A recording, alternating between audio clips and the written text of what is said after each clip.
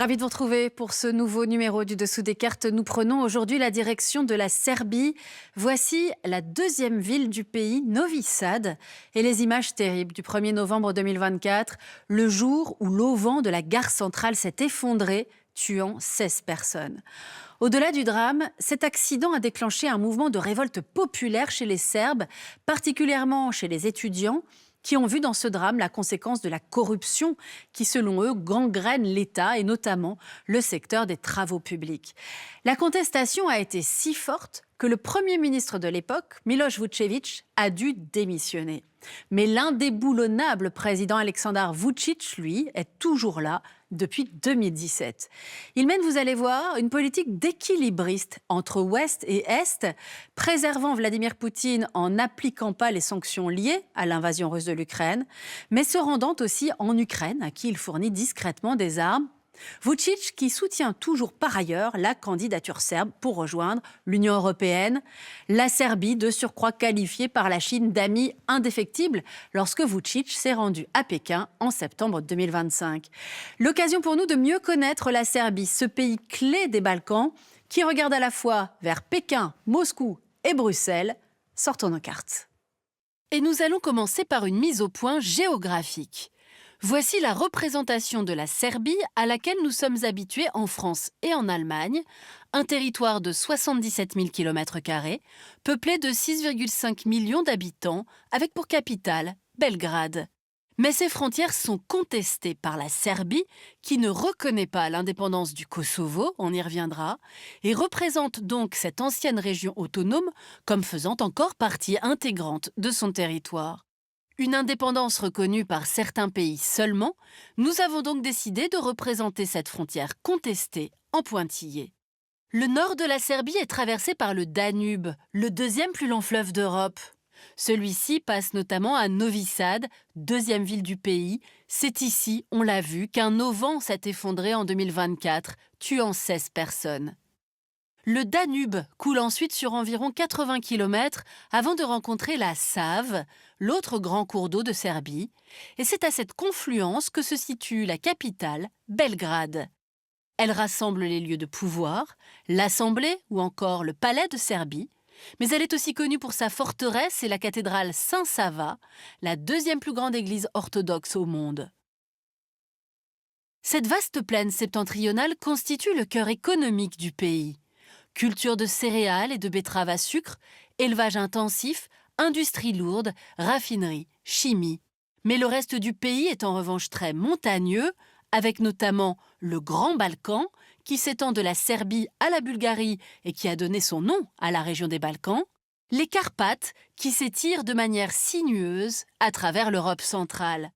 Danube, Balkans et Carpates, trois noms évocateurs de la géographie européenne qui se croisent donc ici, en Serbie, véritable carrefour régional. La Serbie partage en effet des frontières avec 8 pays. Croatie, Hongrie, Roumanie, Bulgarie, Macédoine du Nord, Kosovo, Monténégro et Bosnie-Herzégovine. Cette dernière a la particularité de contenir en son sein une entité autonome serbe, la République serbe de Bosnie. On y reviendra. La Serbie est aussi un carrefour religieux. Regardez, le pays est lui-même essentiellement orthodoxe, mais il se trouve à l'intersection des mondes catholiques au nord et musulmans à l'ouest. Alors la situation géographique particulière de la Serbie, au carrefour, on l'a vu, de plusieurs mondes, elle a eu des incidences sur son histoire, et c'est ce qu'on va voir maintenant. Au fil des siècles, le territoire serbe a été partiellement ou totalement intégré à la plupart des grands empires de l'histoire européenne, à l'Empire romain, à l'Empire byzantin, à l'Empire ottoman, à l'Empire austro-hongrois, et il a même été occupé par les puissances de l'Axe pendant la Seconde Guerre mondiale. Mais en 1945, la Serbie libérée est intégrée à la République fédérative socialiste de Yougoslavie, aux côtés de la Slovénie, la Croatie, la Bosnie-Herzégovine, le Monténégro et la Macédoine. Un État communiste dominé par un homme héros de la résistance contre l'occupant nazi, Josip Broz Tito. Après sa mort en 1980, les tensions entre les différentes républiques s'accroissent, notamment en raison du nationalisme exacerbé de Slobodan Milosevic, le président de la République de Serbie, qui aimerait voir succéder à la Yougoslavie une grande Serbie. Juin 1991, pour contrer ce projet, la Slovénie et la Croatie proclament leurs indépendances.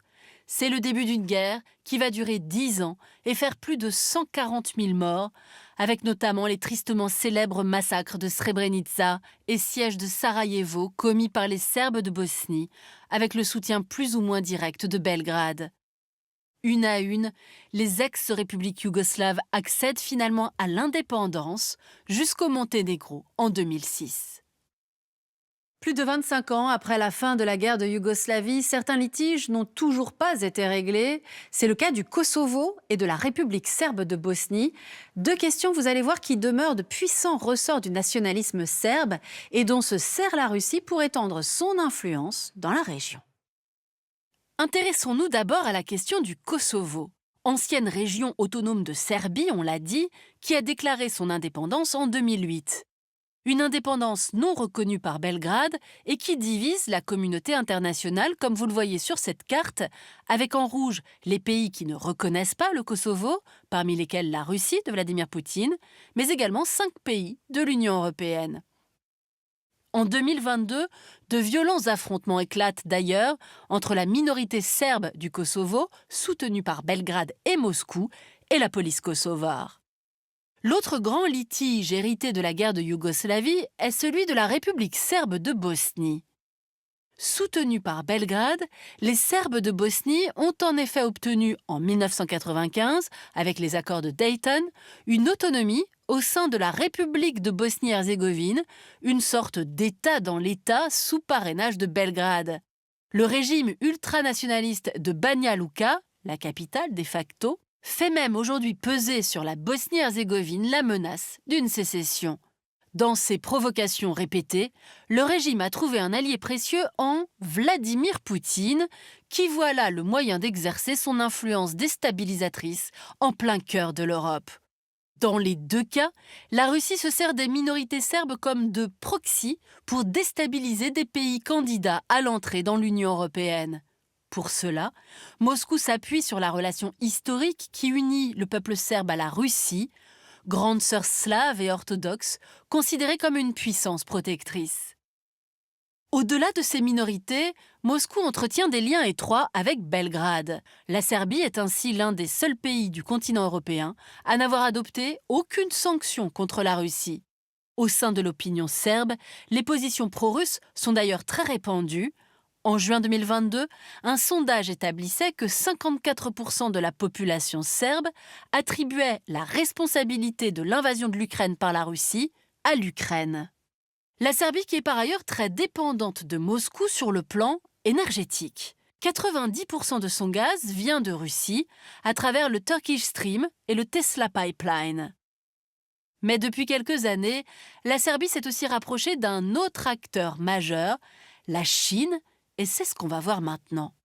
Au fondement de cette entente, le soutien mutuel entre Belgrade et Pékin sur les questions de Taïwan et du Kosovo, jugées similaires.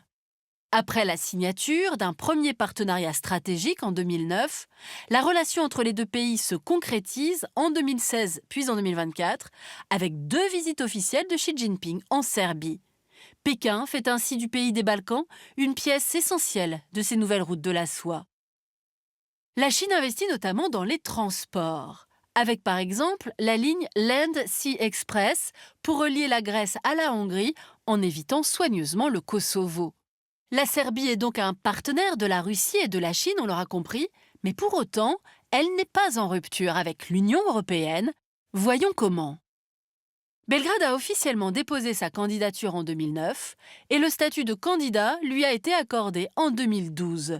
Le président serbe Aleksandar Vučić lui-même rappelle régulièrement que l'adhésion à l'UE demeure une priorité de la politique étrangère serbe.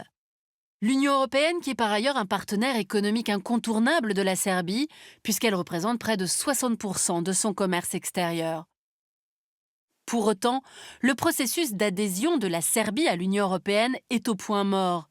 En cause, on l'a dit, les questions du Kosovo et de la République serbe de Bosnie, mais aussi l'illibéralisme du régime, la corruption et bien sûr la proximité avec la Russie et la Chine.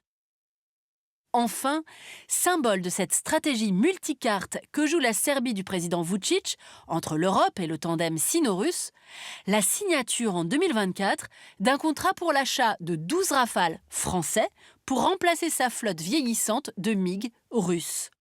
Un choix dont Emmanuel Macron s'est félicité, y voyant la preuve d'une inflexion stratégique vers l'Europe, tandis que d'autres s'inquiètent de voir ces avions pouvoir potentiellement un jour servir le camp russe.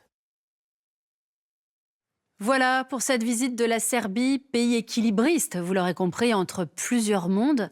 Un équilibrisme géopolitique particulièrement visible en octobre 2025, lors du grand défilé militaire organisé par Belgrade, au cours duquel on a pu voir une image insolite, 2 avions Rafale français paradant dans le ciel aux côtés d'avions MiG russes, le tout sous les yeux notamment du chef d'état-major de l'armée de l'air français, mais aussi devant des officiels de l'armée chinoise. Un défilé peu banal qui disait beaucoup de la Serbie d'aujourd'hui. Et pour aller plus loin, cet ouvrage, publié aux éditions Talendier en 2023, Les Balkans en 100 questions. Ainsi s'achève ce nouveau numéro du Dessous des cartes. Rendez-vous bien sûr la semaine prochaine, même endroit, même heure. Et d'ici là, n'oubliez pas, comme d'habitude, arte.tv et nos réseaux sociaux pour retrouver l'ensemble de nos vidéos. Et inscrivez-vous pour découvrir notre newsletter du samedi. À bientôt.